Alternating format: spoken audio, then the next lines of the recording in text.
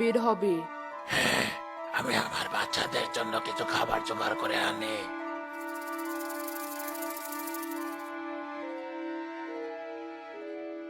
মা সাপ ডিমের উপর বসেছিল। তখনই দুষ্ট দুই লোক সেখানে হানা দিল। তোমরা কারা? এখানে কি করছো? এই সেই সাপ যার কাছে জাদুর ডিম আছে, ওর ডিমগুলো নিয়ে নে। আমার ডিমে কেউ হাত দেবে তো ছোবল মেরে এখানেই শেষ করে দেব। ভেবেছিলাম সাপটা হয়তো এই সময় ঘুমিয়ে থাকবে আর আমরা ডিমগুলো নিয়ে চুপচাপ এখান থেকে কেটে পড়বো। তার হলো না, এবার বিনটা বের করতে হবে দেখছি। বাজা তোর বীর, দেরি করছিস কেন?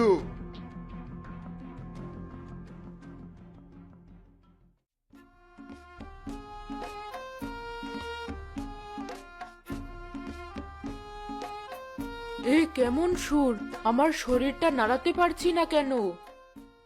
তাড়াতাড়ি ডিমগুলো তোর বেগে তুলে নে, সাপটাকে বেশিক্ষণ এভাবে রাখা যাবে না।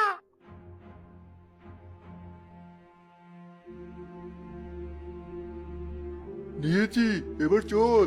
তারা আমার পা কিছু একটাতে আটকে গেছে মনে হয়। ওই সাপটা তো তোর পা পেঁচিয়ে ধরেছে, ছাড়া তাড়াতাড়ি। সাপটার অবসরটা এত তাড়াতাড়ি ছেড়ে যাচ্ছে, তুই সাপটাকে আমার পা থেকে সরানোর ব্যবস্থা কর দ্রুত।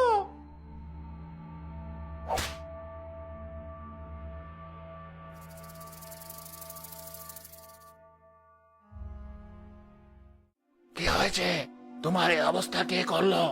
আর আমাদের ডিমগুলো কোথায়? হাতে লাল ফিতা পরা দুটো দুষ্ট লোক আমাদের ডিমগুলো নিয়ে গেছে। তুমি আমার চিন্তা করো না, আমাদের বাচ্চাগুলোকে উদ্ধার করো।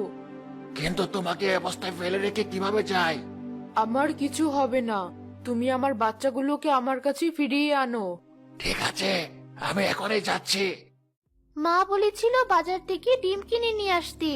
এখন বাজারে যেতে হবে। ডিমগুলো সব ঠিকঠাক আছে তাহলে? খুব খিদে পেয়েছে, চল আগে ওই দোকান থেকে আমরা কিছু খেয়ে নেই।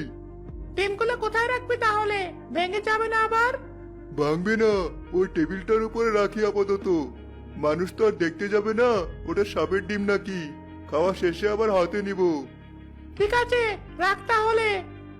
ডিম তো নিলাম, মা তো লবণও কিনে নিয়ে যেতে বলেছিল। সামনের দোকানটা থেকেই নিই। ডিমগুলো আপাতত এই টেবিলটার উপরেই রাখি। এই নিন আপনার লবণ। খাওয়া দাওয়া তো শেষ, চল আমরাও উঠি এবার। মা, এই নাও তোমার ডিম আর লবণ। তোকে না বলেছিলাম এক হালি ডিম আনতে? 3টা ডিম এনেছিস যে? এক হালি ডিমই তো এনেছি। কোথায়? দেখ ভালোভাবে। তাই তো, তাহলে মনে হয় টেবিলে রাখা অন্য ডিমের ব্যাগটার সাথে